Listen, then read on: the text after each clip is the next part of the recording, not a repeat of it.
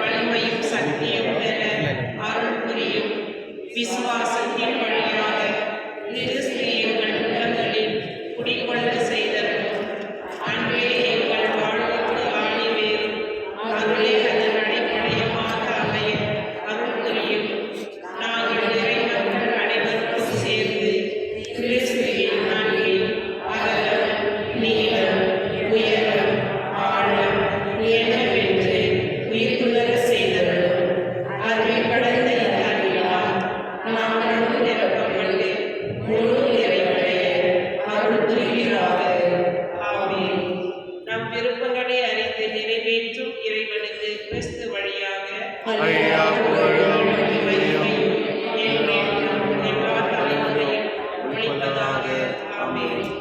ஜெபிப்போமாக.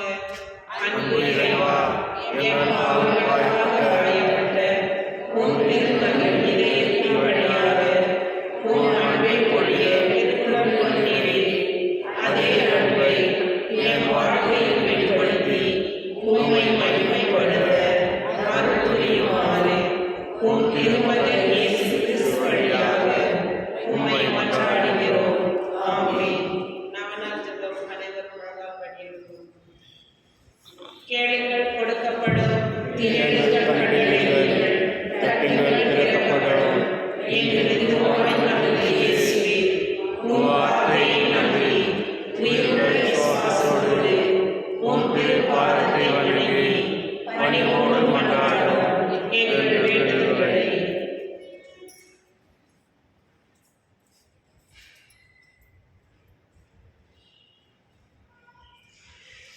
இரக்கத்தோடு கேட்டருளும். எங்கள் அன்பான இயேசுவே, நீரே எங்கள் சரணத்தை ஒடுவதோம். இக்கட்ட நேரங்களில் நீரே எங்கள் துணை, துன்பத் துயரத்தில் நீரே எங்கள் ஆறுதல், சோதனை வேளையில் நீரே எங்கள் அரண். நாங்கள் எழுப்பிய மன்றாட்டுகளை எப்படியும் கடந்தீர் என்று நம்பியிருக்கிறோம். ஆயினும் உம் விருப்பத்தின் வழியே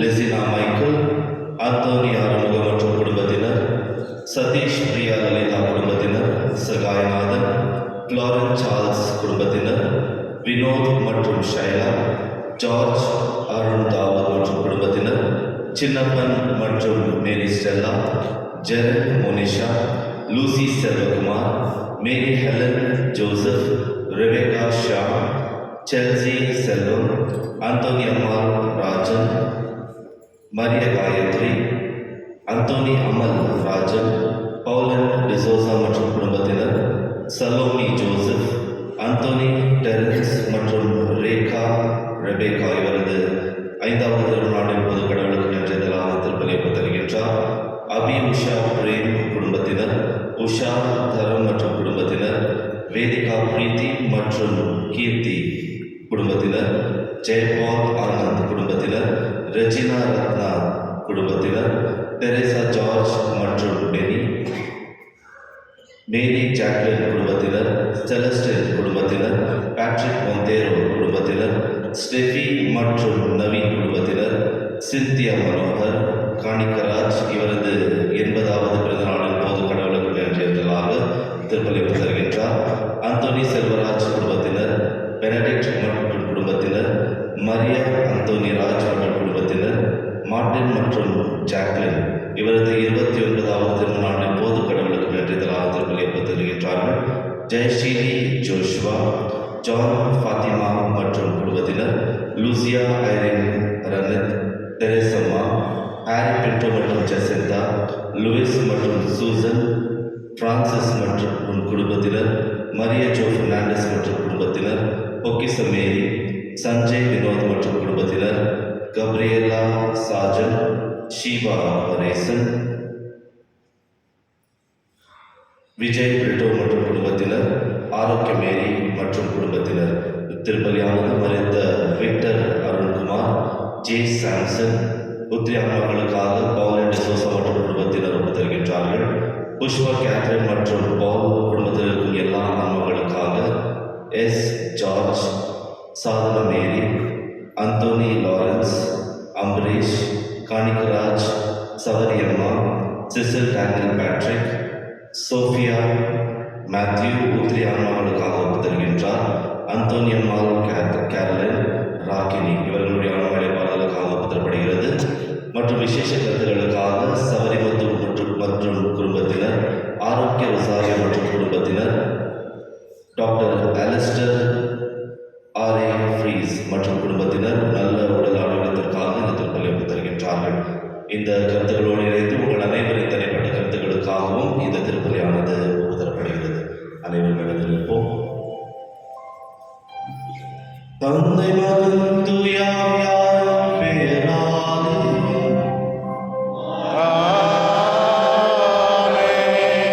நம் ஆண்டவராகிய இயேசு கிறிஸ்துவின் அருளும் கடவுளின் அன்பும் தூய ஆவியாரின் நட்புறவும் உங்கள் அனைவரோடும் இருப்பதாக.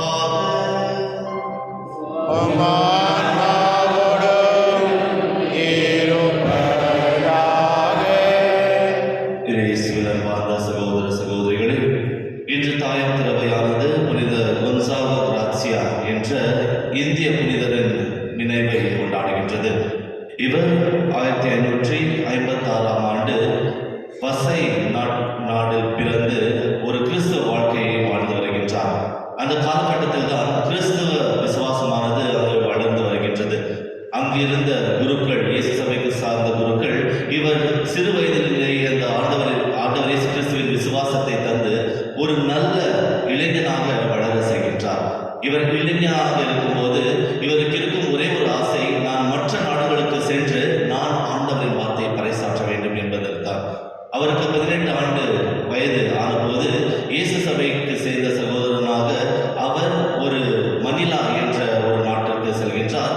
அங்கு பணியாற்றி வரும்போது அவருக்கு தெரிகின்றது, எனக்கு குரு பட்டம் இவர் தரமாட்டார்கள் என்று.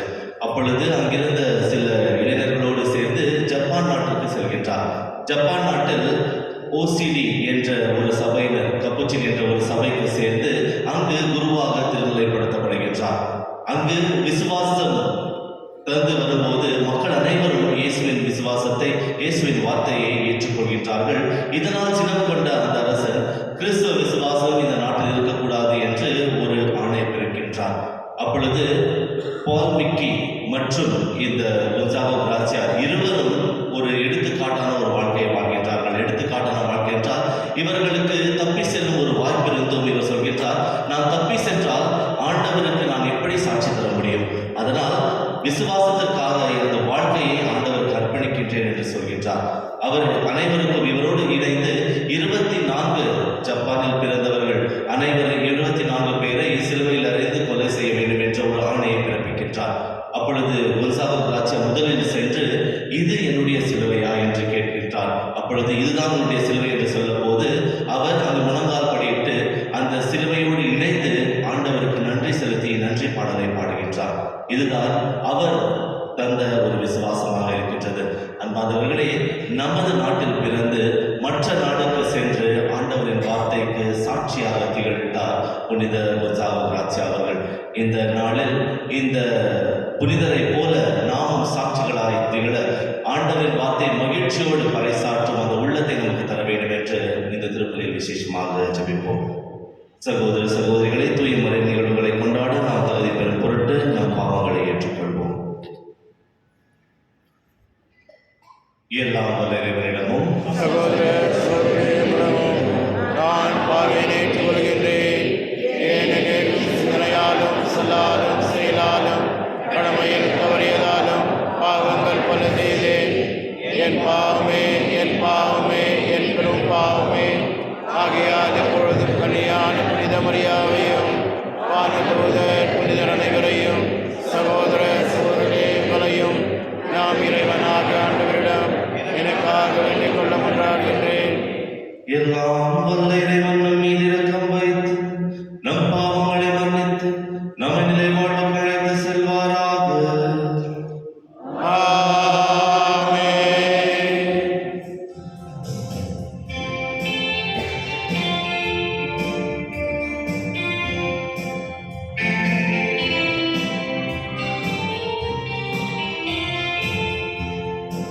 ஆண்டவரே இரக்கமாயிரும். ஆண்டவரே இரக்கமாயிரும். கிறிஸ்துவே இரக்கமாயிரும். கிறிஸ்துவே இரக்கமாயிரும். ஆண்டவரே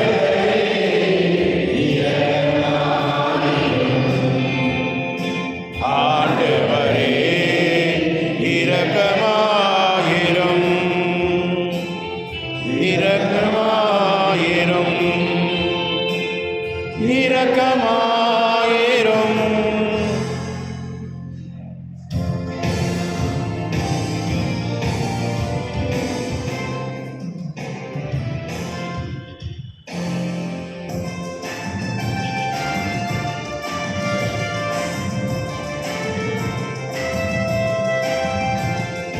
உன்னதத்தில் இறைவனுக்கு மாட்சிமை உண்டாகும். உலகிலே நன்மனத்தவருக்கு அமைதியும் உண்டாகும்.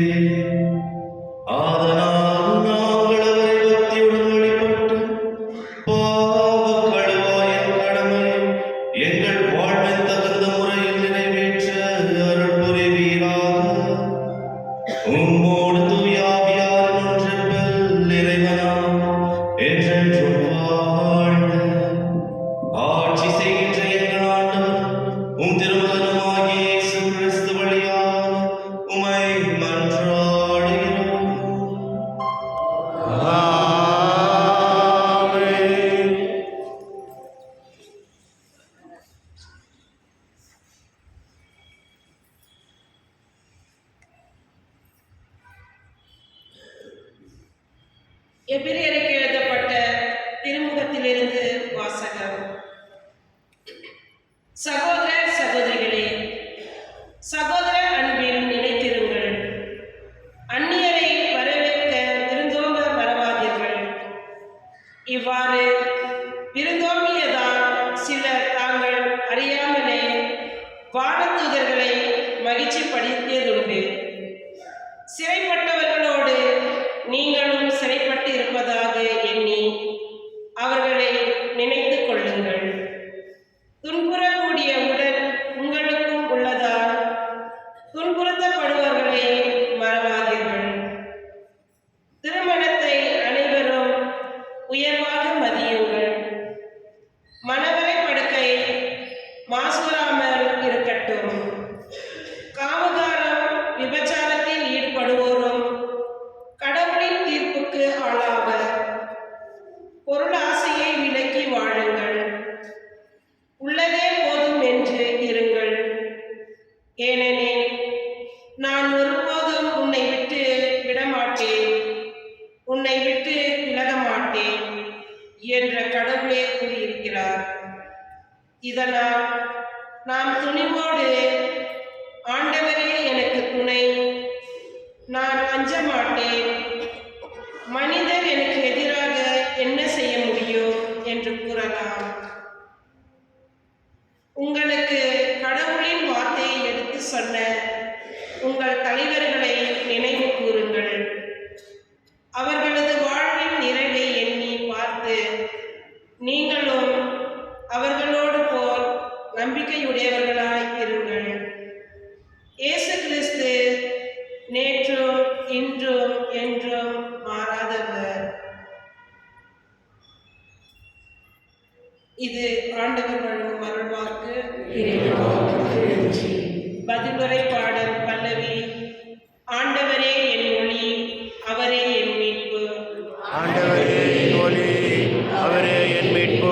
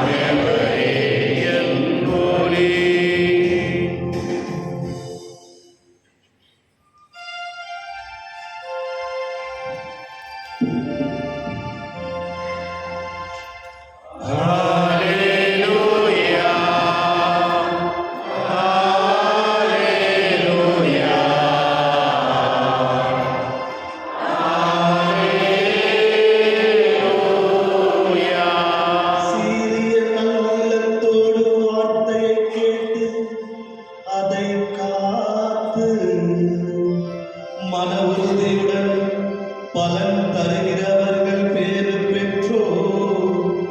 அல்லேலூயா. ஹalleluya ஹalleluya ஹalleluya.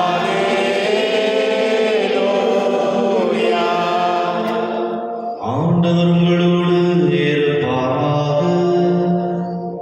உம் ஆன்மாவோடும் மார்க்கு எழுதிய நற்செய்தியிலிருந்து வாசகம்.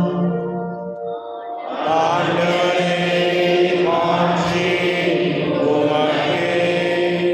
அக்காலத்தில் இயேசுவின் பெயர் எங்கும் பரவியது. ஏரோதரசனும் அவரை பற்றி கேள்வியுற்றார்.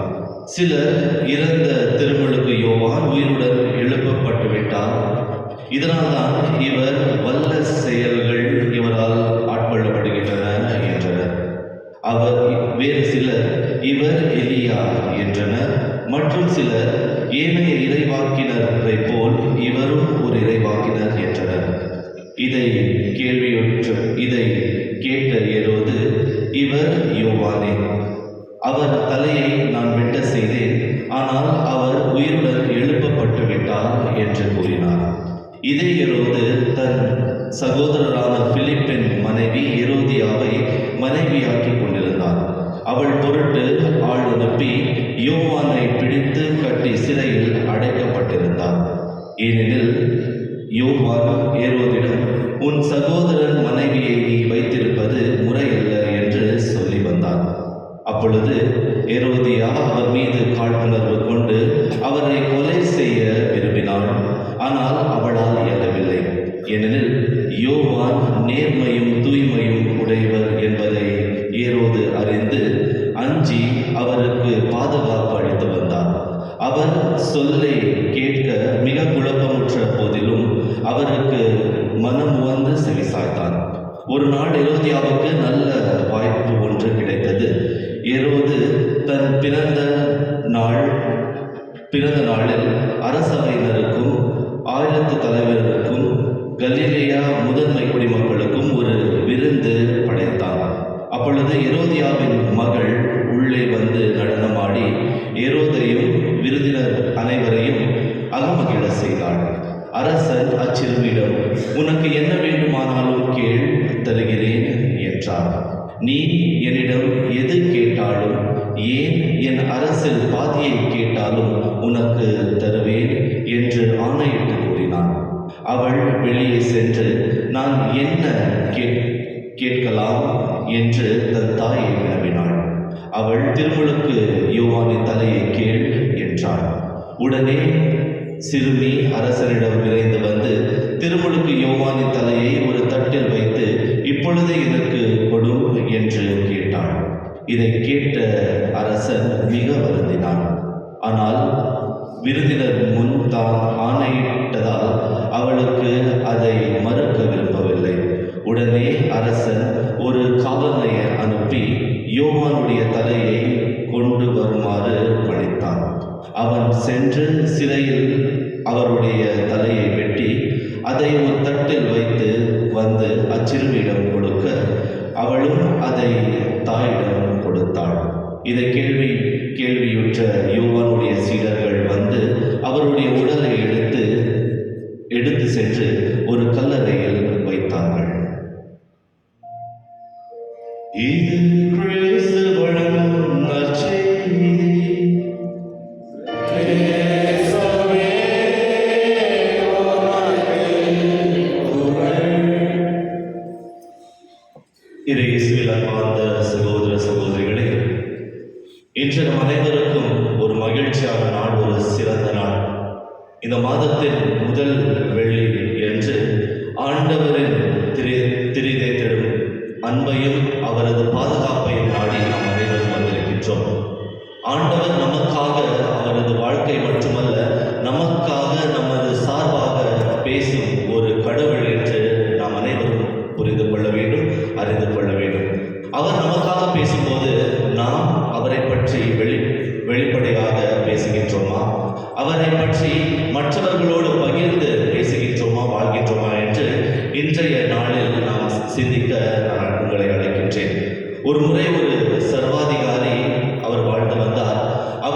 ஆட்சியின் போது யாரும் அவருக்கு எதிராக பேசக்கூடாது. அவர் சொன்னதுதான் சட்டம். அவர் சொல்லை கேட்டு அனைவரும் நடக்க வேண்டும். அவர்களோடு இருந்த அமைச்சர்கள் கூட அவருக்கு அஞ்சி வாழ்ந்தார்கள். அந்த சர்வாதிகாரி என்ன சொல்கின்றானோ அதைதான் இந்த அமைச்சர்களும்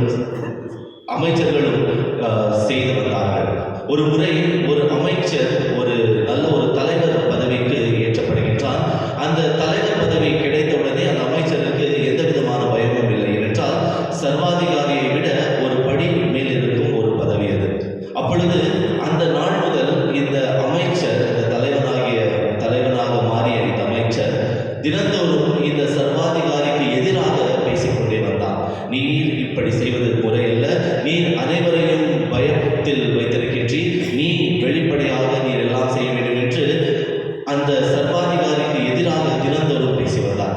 ஒரு முறை இப்படி பேசிக் கொண்டிருக்கும் போது கூட்டத்தில் இருந்த ஒருவர் சொல்கின்றார், நீ அந்த சர்வாதிகாரிக்கு அமைச்சராக இருக்கும்போது ஏன் பேசவில்லை?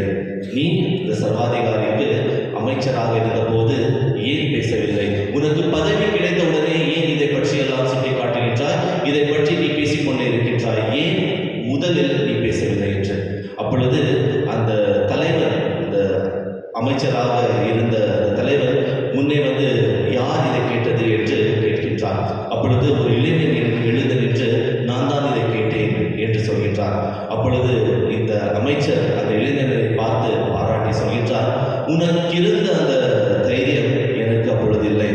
எனக்கு எனது உயிர் மேல் அதிகமான பற்று இருந்தது, அதிகமான ஒரு ஆசை இருந்தது. அதனால்தான் அந்த சர்வாதிகாரி என்னை கொலை செய்து விடுவான் என்று அஞ்சி அவன் எந்த தவறு செய்தாலும் நான் அவனோடு தான் இருந்தேன். இப்பொழுதுதான் கடவுள் எனக்கு அந்த உனக்கு இருக்கும் அந்த தைரியத்தை எனக்கு தந்திருக்கின்றார். இப்பொழுதுதான் நான் உண்மைக்கும் சத்தியத்திற்கும் நான் நிற்கின்றேன். அதனால் உன்னோடு இணைந்தவனாக, என்னோடு இணைந்தவனாக நீ நிற்க வேண்டும். இந்த உண்மைக்காக நாம் இருவரும் சேர்ந்து போராடலாம் என்று அந்த தலைவர் சொல்கின்றார். அன்பான சகோதர சகோதரிகளே, நாமும் சில தருணத்தில் நமது வாழ்க்கையில் இந்த அமைச்சரை போல் எதுவும் பேசாமல் நமது வாழ்க்கையை சாதாரணமாக வாழ்ந்தவர்களாக இருக்கின்றோம். ஏதாவது ஒரு தவறு நடந்தால் நமது உள்ளத்தில் வரும் ஒரு கேள்வி, நமக்கு ஏன் இந்த வேலை, நமக்கு ஏன் இந்த வேலை, இதை பற்றியெல்லாம் நம்ம கேட்கணுமா? அன்பானவர்களே, இந்த விதமான கேள்விக்குறி நமது உள்ளத்தில் வரும்போது நாம் உண்மைக்கு சார்ந்தவர்களாக இருப்பதில்லை. யோவான் எழுதின நற்செய்தியில் ஆண்டவரை பற்றிய ஒரு எழுத்து இருக்கின்றது, இவர் உண்மையானவர், இவர் உண்மையானவர்.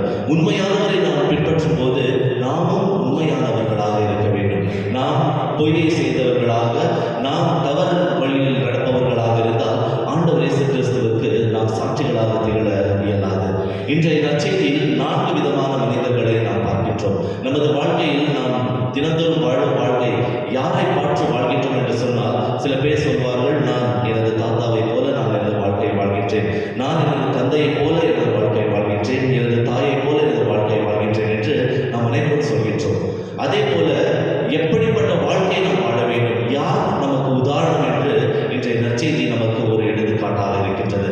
இன்றைய நற்செய்தியில் 4 விதமான மனிதர்களை பற்றி நாம் வாசிக்கின்றோம். முதலாவதாக ஹெரோது, இரண்டாவதாக பிலிப்பின் மனைவி ஹெரோதியா, மூன்றாவதாக ஹெரோதியாவின் மகள், நான்காவதாக திருமுழுக்கு யோவான்.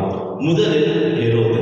அன்பானவர்களே, ஹெரோதை பற்றி நாம் வாசிக்கும் போது இவன் நல்லவன் என்ற ஒரு எண்ணம் நம்மில் வருகின்றது. ஏனென்றால் திருமுழுக்கு யோவானை பாதுகாத்து வைத்திருந்தான். ஹெரோதியா கொலை செய்யாதபடி பாதுகாத்து வைத்திருந்தான். கொலை செய்ய வேண்டும் என்ற ஒரு சூழ்நிலை வந்தபோது அவன் வருந்தினான் என்று நற்செய்தியானது சொல்கின்றது. ஆனால் அன்பானவர்களே, ஒரு எழுத்தாளர் சொல்கின்றார், இந்த ஹெரோதை ஒரு நரிக்கு ஒப்பிடுகின்றார். ஏனென்றால் அவனுக்கு வாய்ப்பு கிடைத்த இடத்தில் எல்லாம் அவனது எதிரிகளை வீழ்த்தும் ஒரு மனதை கொண்டவன் தான் ஹெரோது. ஹெரோதுக்கு வாய்ப்பு இருந்தது, அவன் வெளிப்படையாக சொல்லியிருக்கலாம், நான் இவனை கொலை செய்ய விரும்பவில்லை, நான் இவனை பாதுகாக்க வேண்டும் என்று சொல்லியிருக்கலாம். ஆனால் அவனது உள்ளத்தில் அவன் ஒரு திட்டத்தை வைத்திருந்தான். எனக்கு எதிரானவர்கள் அனைவரும் அழிய வேண்டும், எனக்கு எதிரானவர்கள் அனைவரின் வாழ்க்கையையும் நான் கடினமாக்க வேண்டும் என்ற ஒரு எண்ணத்தோடு வாழ்ந்தவன் தான் இந்த ஹெரோதாக இருக்கின்றான். அவன் இந்த நற்செய்தியில் நாம் வாசிக்கின்றோம், அவனது அரசின் மீது ஆணையிட்டு கூறுகின்றான். ஆணையை பற்றி சொல்லும் போது அன்பானவர்களே, நமக்கு இல்லாத, நமக்கு சார்ந்த பொருட்கள் இல்லாதவை மீது நாம் ஆணையிடக்கூடாது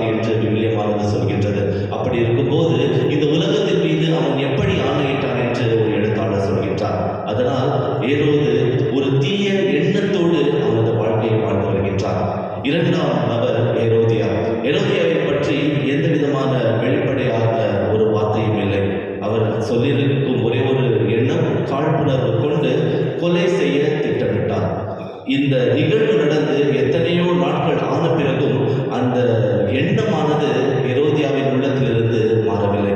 சில பேர் சொல்லுவாங்க, மன்னிச்சிட்ட பிறகு நம்ம உள்ளத்துல எதையும் வச்சுக்க கூடாது. ஆனால் ஹெரோதியா அந்த உள்ளத்தில் இருந்த அந்த வன்மையை அவள் அழிக்கவே இல்லை. அதை உள்ளத்திலே வைத்துக்கொண்டு ஏதாவது ஒரு வாய்ப்பு எனக்கு கிடைக்குமா என்று பார்த்து கொண்டே இருந்தாள். அவளுக்கு வாய்ப்பு கிடைத்த போது அவள் சிறிதும் யோசிக்காமல் திருமுழுக்கு யோவானின் தலை எனக்கு வேண்டும் என்று கேட்டுவிட்டாள். அன்பார்ந்தவர்களே, இந்த விதமான எண்ணம், தவறான எண்ணம், அந்த வன்மையை நமது உள்ளத்தில் வைத்துக் கொண்டே இருக்கும்போது ஏதாவது ஒரு நாள் அது விழித்து செல்வது, சிதறுவது முக்கியம் என்று நாம் புரிந்து கொள்ள வேண்டும். நமது வாழ்க்கையானது ஒரு புனிதமான வாழ்க்கையாக, ஒரு வெளிப்படும் ஒரு வாழ்க்கையாக இருக்க வேண்டும். மூன்றாவதாக, ஹெரோதியாவின் மகள் சிறுமி. அந்த சிறுமி என்று சொல்லும்போது அந்த பெண்ணுக்கு எது சரி எது தவறு என்று ஒரு எண்ணம் இல்லை.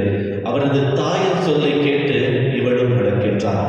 இந்த தாய் ஒரு சரியான பாதையை அமைத்து தந்திருந்தால் இந்த சிறுமியும் ஒரு நல்ல வாழ்க்கையை வாழ்ந்திருப்பாள்.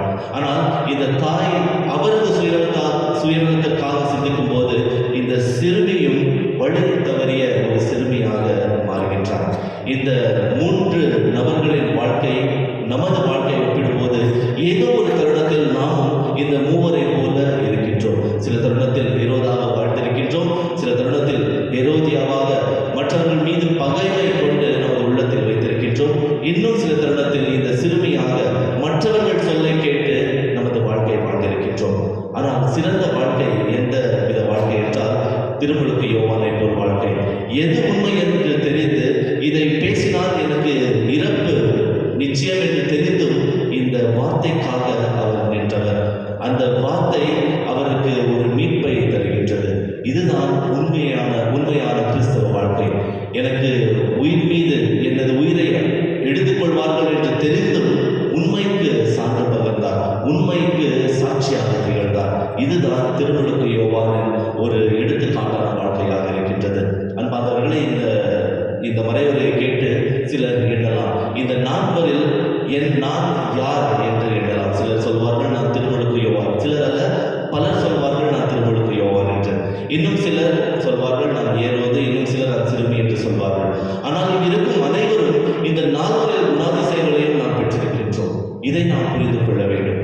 ஆனால் யாரின் குணாதிசயம் அதிகமாக இருக்கின்றது என்று நாம் புரிந்து கொள்ள வேண்டும். நம்மில் திருமுழுக்கு யோவானின் குணாதிசயம் அதிகமாக இருக்கின்றதா? அந்த சிறுமியின் குணாதிசயம், சிறுமையை போல நாம் அதிகமாக இருக்கின்றோமா? ஏறுவதை போல அதிகமாக இருக்கின்றோமா என்று நாம் சிந்தித்து பார்க்க வேண்டும். நாம் அனைவரும் ஒரு புனிதமான வாழ்க்கையை வாழ்வதற்காக தான் ஆண்டவர் நமக்கு இந்த அழைப்பை தந்திருக்கின்றார்.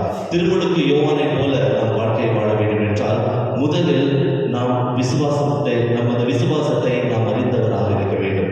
திருமுழுக்கு யோவானுக்கு தெரிந்திருந்தது அவரது செயல் எப்படிப்பட்ட, எந்த செயல் அவர் செய்ய வேண்டும் என்று. அவர் எதற்காக இந்த உலகத்திற்கு வந்தார் என்று தெரிந்திருந்தது. அதற்காக அவரது வாழ்க்கையை வாழ்ந்தார், அதற்காக அவரது உயிரை அர்ப்பணித்தார். முதல் நமது வாழ்க்கை எதற்காக நாம் வாழ்க்கையை வாழ்கின்றோம் என்று நாம் முதலில் புரிந்து கொள்ள வேண்டும். இரண்டாவதாக, நமது விசுவாசத்தில் நாம் வேரூன்றி இருக்க வேண்டும். விசுவாசம் என்று சொல்லும்போது விவிலியத்தின் மீது நாம் விசுவாசத்தை வைக்க வேண்டும். விவிலியத்தில் நாம் வேரூன்றி இருக்க வேண்டும். கடைசியாக நாம் இயேசுவை போல அன்பார்ந்தவர்களாக மாற வேண்டும். அன்பார்ந்தவர்கள், இந்த 3 செயல்களும் செய்யும் போது நாம் உண்மையான கிறிஸ்தவர்களாக நாம் மாறுகின்றோம். இந்த மாதத்தின் முதல் வெள்ளியன்று ஆண்டவர் அவரது அன்பினால் அனைவரும் இருக்கின்றார். இந்த அன்பை நாம் பெற்றுக்கொள்ளும் போது அந்த அன்பிற்கு நாம் சாட்சிகளாக திகழ்வது நமது கடமையாக இருக்கின்றது. இன்றைய திருப்பலில் விசேஷமாக நம்மையும் நமது குடும்பத்தில் இருக்கும் அனைவரையும் ஆண்டவரின் இதயத்திற்கு ஒப்புத்தரும் இந்த தருணத்தில் ஆண்டவரின் இதயத்திற்கு சாட்சிகளாக திகழும் அந்த மனதை நமக்கு தர வேண்டும் என்று இன்றைய திருப்பலில் விசேஷமாக மன்றாடுவோம். ஆமென்.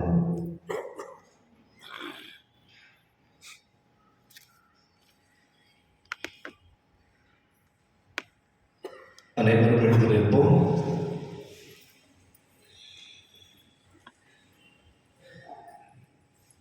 கேளுங்கள் உங்களுக்கு தரப்படும், தட்டுங்கள் திறக்கப்படும் என்று ஆண்டவர் இயேசு கிறிஸ்து சொல்லியிருக்கின்றார். இந்த நேரத்தில் நமது உள்ளத்தில் இருக்கும் எல்லா தேவைகளையும் ஆண்டவரின் பாதத்தில் சமர்ப்பித்து விசுவாசத்துடன் அவரிடம் ஜெபிப்போம். உங்கள் பதில், ஆண்டவரே எங்கள் மன்றாட்டை கேட்டருளும். ஆண்டவரே எங்கள்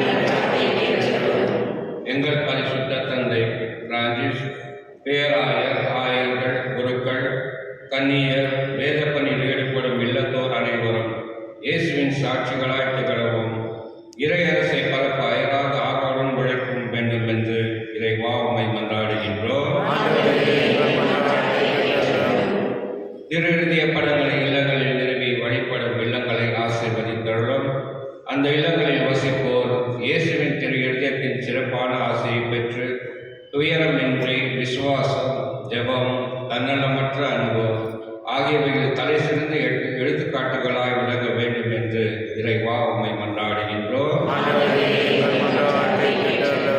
மனவேதனையாலும் உடல் நோயாலும் அவதிப்படும் அனைவரையும் நினைவு கூறுகின்றோம்.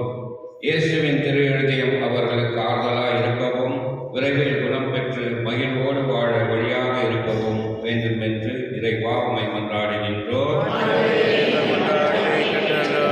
இந்த நவநாள் திருப்பலில் பங்கு பெறும் எங்கள் அனைவர் மீதும் உமது ஆசையை பொழிந்தருளும். எங்களது கருத்துக்கள் நிறைவேறவும் திரு இருதயத்தின் அன்பை பெற்று உமது கருவியாக மாற வேண்டும் என்று இறைவா உம்மை மன்றாடுகின்றோம். நம்முடைய தனிப்பட்ட கருத்துக்களுக்காக வேண்டுவோம். இந்த நேரத்தில் விசேஷமாக நமது குடும்பத்தில் இருக்கும் அனைவரும் ஆண்டவரின் அன்பை பெற்றவர்களாக அந்த அன்பிற்கு சாட்சிகளாக திகழ வேண்டும் என ஜெபிப்போம்.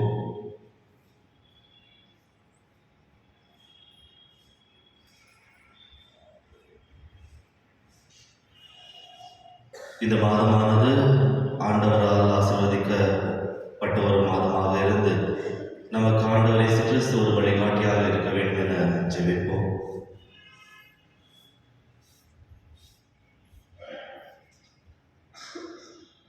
மாதத்தில் எத்தனையோ பிள்ளைகள் பரீட்சைக்கு தயாராகி கொண்டிருக்கும் வேளையில் ஆண்டவர் அவர்களுக்கு ஞானத்தை தந்து அவர்களுக்கு ஒளியாக இருக்க வேண்டும் என ஜெபிப்போம்.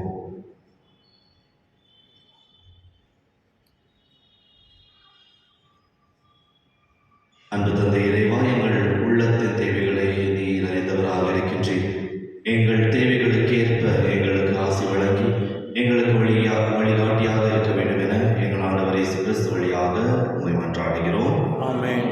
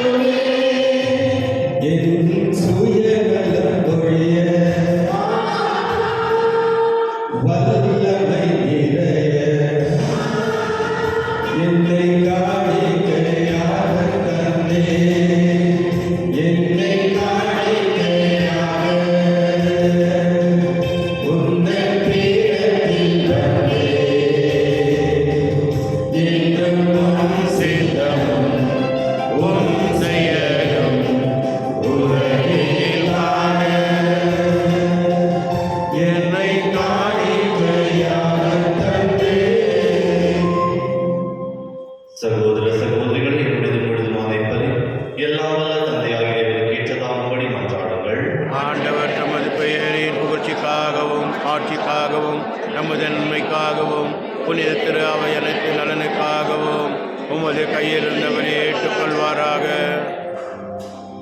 ஆண்டவரே, அன்பார்ந்த திருமகனுடைய இதயத்தில் சொல்லக்கரிய அன்பை கண்ணோக்கி அருளும். ஆதலால் நாங்கள் ஒப்புக் கொடுப்பது உமக்கு உகந்ததாய் எங்கள் பாவங்களுக்கு கழுவாயாக அமைய அருள் புரிவீராக. எங்கள் ஆண்டவராகிய கிறிஸ்து வழியாக உம்மை மன்றாடுகிறோம்.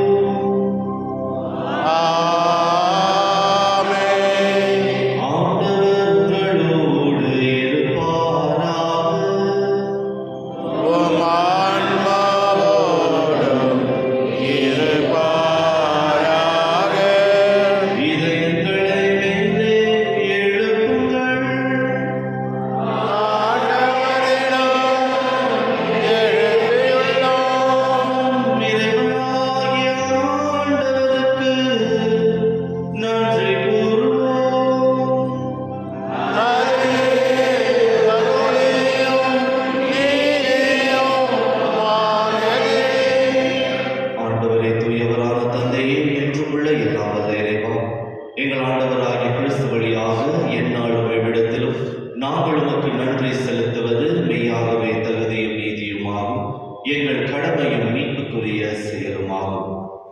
சிலுவையில் உயர்த்தப்பட்ட கிறிஸ்து வியப்புக்குரிய அன்பினால் தம்மையை எமக்காக கையளித்தார். குத்தி திறக்கப்பட்ட விழாவிலிருந்து இரத்தமும் தண்ணீரும் வழிந்தோட செய்தார். இதிலிருந்து திரு அவையின் அருளடையாளர்கள் வெளிப்பட்டன. இவ்வாறு மீட்பளிக்கும் ஊற்றுகளிலிருந்து மகிழ்ச்சியுடன் புகழ்ந்தேடவும் செய்தருளினார். ஆகவே புனிதர் வானதூதர் அனைவரோடும் சேர்ந்து நாங்கள் உம்மை புகழ்ந்து மகிழ்ச்சியுடன் அறிக்கையிட்டு பாடுவதாவது: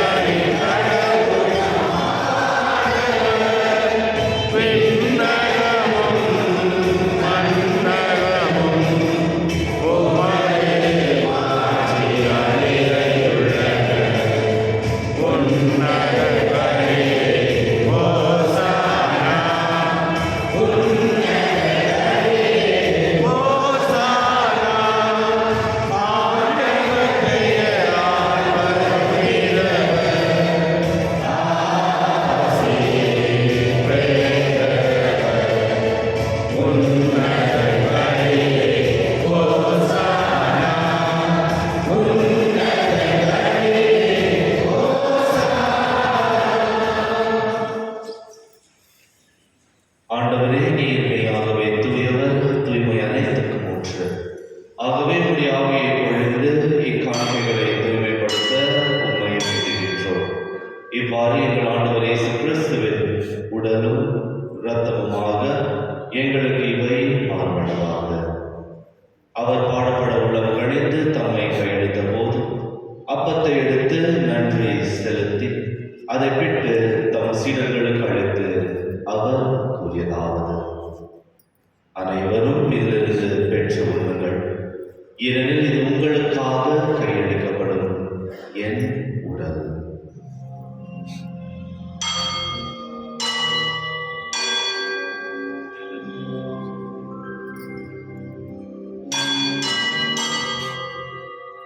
அவ்வண்ணமே இரவு விருந்தை அருந்திய பின் கிண்ணத்தையும் எடுத்து மீண்டும் உமக்கு நன்றி கூறி தம் சீடர்களுக்கு அளித்து அவர் கூறியதாவது: அனைவரும் இதிலிருந்து பெற்று பருகுங்கள், ஏனெனில் இது புதிய நிலையான உடன்படிக்கைக்குரிய என் இரத்தத்தின் கிண்ணம். இது பாவ மன்னிப்புக்கென்று உங்களுக்காகவும் பலருக்காகவும் சிந்தப்படும். இதை என் நினைவாக செய்யுங்கள்.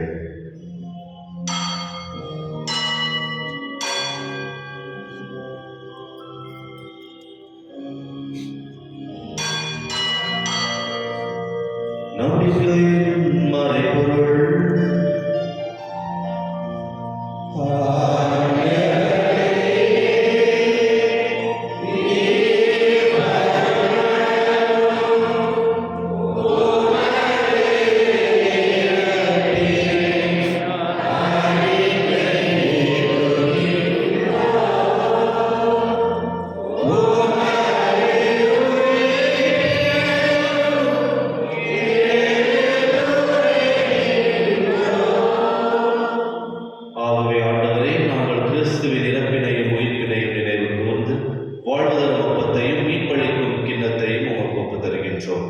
உம் திருமுன் என்றும் ஊழியருக்குரிய தகுந்தவர்கள் என எங்களை ஏற்றுக்கொண்டீர்.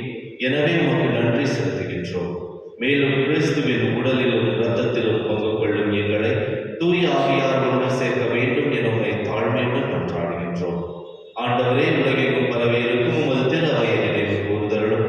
எங்கள் திருத்தந்தை பிரான்சிஸ், எங்கள் ஆயர் பீட்டர் தூசைநாதன் மற்றும் சதீஷ் எங்கள் துணை ஆயர்கள், எல்லா திருநிலையினராகிய அனைவரோடும் உமது திரு அவை அன்பில் நிறைவு பெற செய்தருளும்.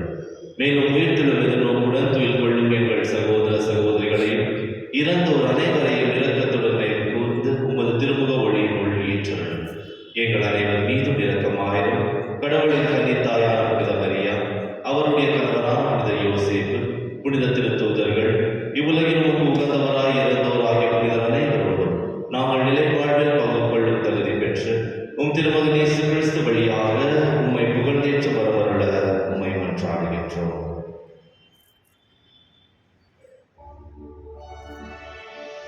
இவர் வழியாக இவரோடு இவர் எல்லாம் வல்ல இறைவனாகிய தந்தையே,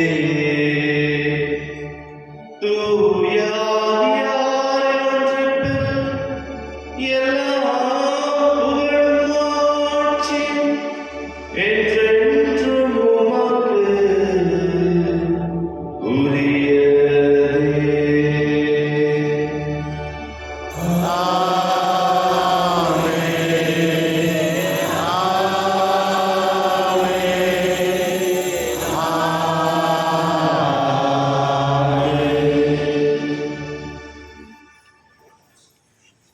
மீட்பரின் கட்டளையால் கற்பிக்கப்பட்டு இறைப்படைப்பின் யார் பயிற்சி பெற்று நாம் புரிந்து சொல்வோம்.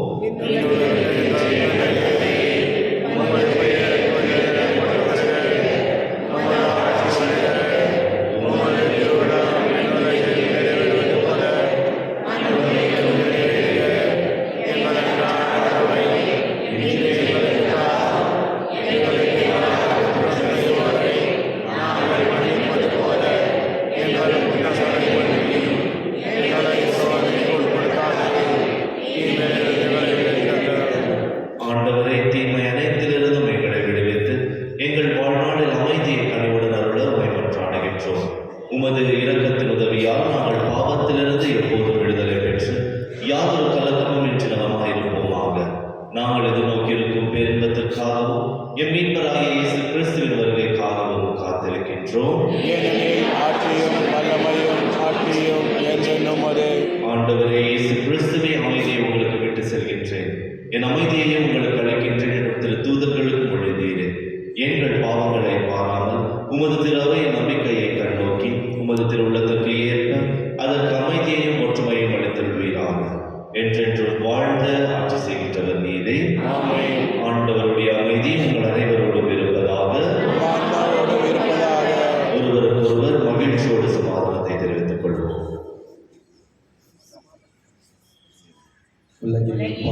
போக்கும் இறைவனின் செம்மறியே, உலகின் பாவம் போக்கும் இறைவனின் செம்மறியே, எம்மேல் இரக்கம் வையும். உலகின் பாவம் போக்கும் இறைவனின் செம்மறியே, எமக்கு அமைதி அருளும்.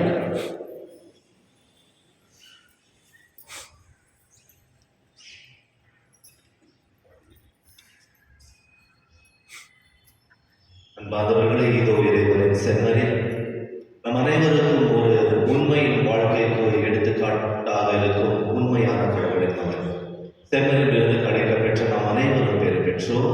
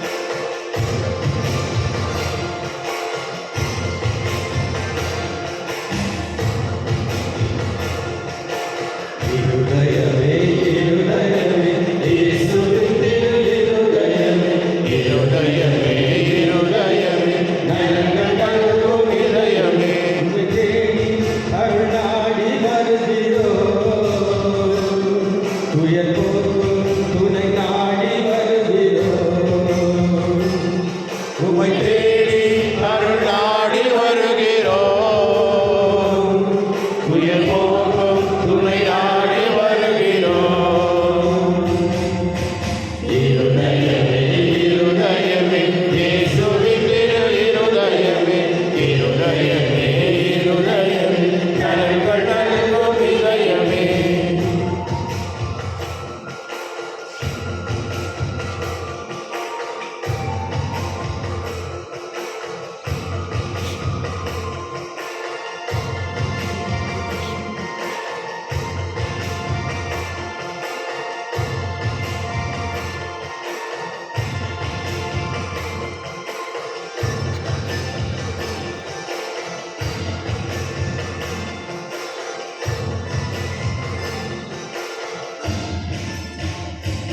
என்னை பாதுகாக்க அருகில் இருக்கிறார், என்னை காப்பாற்ற விழுகைகிறார், என்னை பாதுகாக்க அருகில் இருக்கிறார், என்னை காப்பாற்ற கொள்ளுகிறார். நாடும் வழிகாட்ட முன்னடைகிறார், என்னை காவலாக பின்தொடர்கிறார். எம்மை ஆசீர்வதிக்க என்றும் அருளாகியவனாலும் என்னை ஆசீர்வதிக்க என்றும் அருளாகியவனாலும் எந்நாளும் என் மேல் அரணாகிறார், எந்நாளும் என் மேல் அரணாகிறார். இருதயமே இருதயமே இயேசுவின் திரு இருதயமே, இருதயமே இருதயமே நல்வளர்க்கும் இதயமே.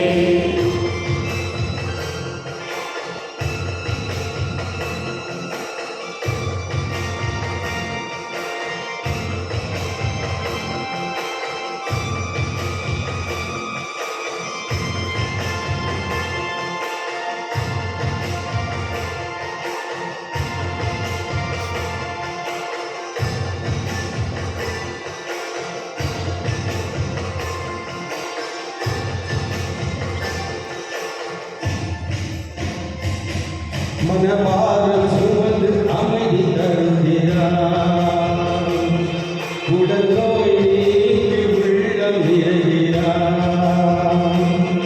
மனபாரம் சுமந்து அமைதி தருகிறார், உடல் நோய் நீக்கி உள்ளம் நிறைகிறார்.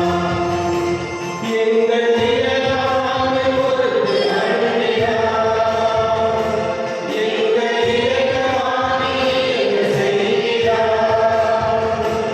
எங்கள் வாழ்வின் மையம் நீயே, நீங்காத சொந்தம் நீயே. எங்கள் வாழ்வின் மையம் நீயே, நீங்காத சொந்தம் நீயே. என் வாழ்வின் நிறைவே நீர் தாரையா, என் வாழ்வின் நிறைவே நீர் தாரையா. இருதயமே இருதயமே இயேசுவின் திரு இருதயமே, இருதயமே இருதயமே நல்வளர்க்கும் இதயமே.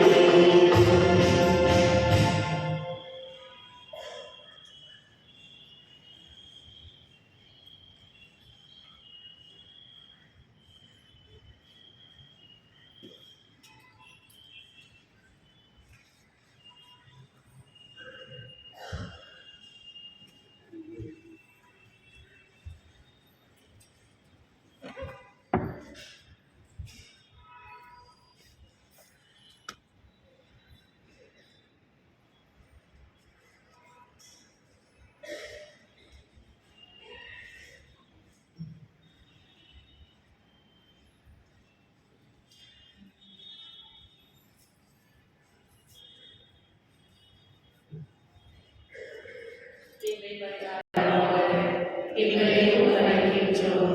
இன்று முதல் எங்கள் நினைவு சொல் செயல்களையும் நாங்கள் படும் துன்ப வருத்தங்களையும் பரிகாரமாக ஏற்றுக்கொண்டு நாங்கள் தூய வாழ்வு வாழ துணை செய்தவர்களும் எல்லாவற்றும் மேலாக உண்மையை அன்பு செய்து உமக்காகவே வாழ்ந்து என்றும் உமக்காக இருக்க இறை புரியும்.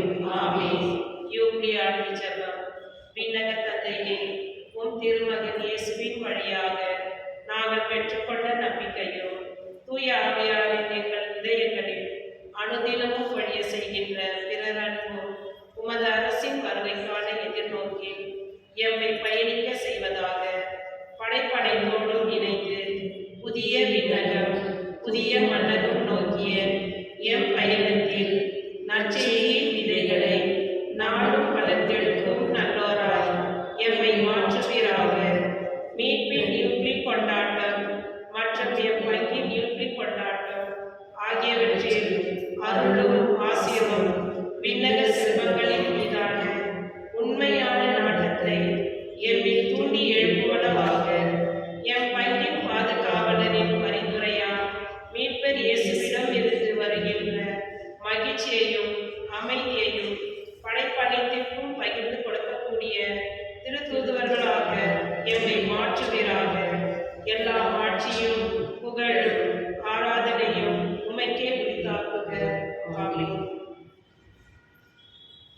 மன்றாடுவோமாக.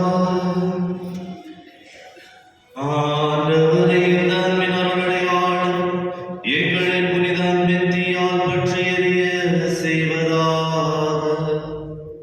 இவ்வாறு நாங்களும் திருமகனிடம் என்றும் ஈர்க்கப்பட்டு எங்கள் சகோதர சகோதரிகள் அவரை கண்டு கொள்ள கற்றுக்கொள்வார்களாக.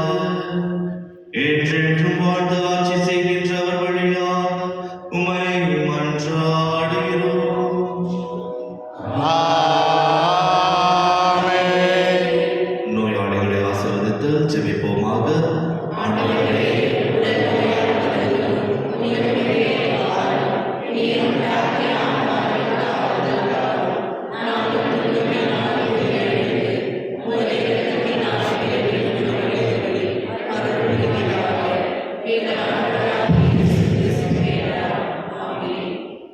ஆண்டவர் உங்களோடு இருப்பாராக. உம் ஆன்மாவோடும் இருப்பாராக. சிரம் தாழ்த்தி ஆண்டவரின் ஆசியை நாடுவோம். ஆண்டவராகிய இயேசு கிறிஸ்து உங்களை பாதுகாக்க உங்கள் நடுவிலும், உங்களை காப்பாற்ற உங்களுக்குள்ளும், உங்களுக்கு வழிகாட்ட உங்களுக்கு முன்பும், உங்களுக்கு காவலாயிருக்க உங்களுக்கு பின்னும், உங்களுக்கு ஆசீர்வதிக்க உங்கள் மேலும் இருப்பாராக. ஆமென். எல்லாம் வல்ல இறைவன், தந்தை, மகன், தூய ஆவியார் உங்களுக்கு ஆசி வழங்குவாராக. ஆமென். ஆண்டவரின் உண்மைக்கு சாட்சிகளாக திகழ சென்று வாருங்கள். திருப்பலி நிறைவேறிற்று. இறைவனுக்கு நன்றி. அன்பார்ந்தவர்களே, இன்று மாலை இரவு 10:30க்கு தமிழ் இரவு ஆராதனை இருக்கின்றது. நீங்கள் அனைவரும் கலந்து கொண்டு ஆண்டவரின் ஆசை பெற வேண்டும் என கேட்டுக்கொள்கின்றோம்.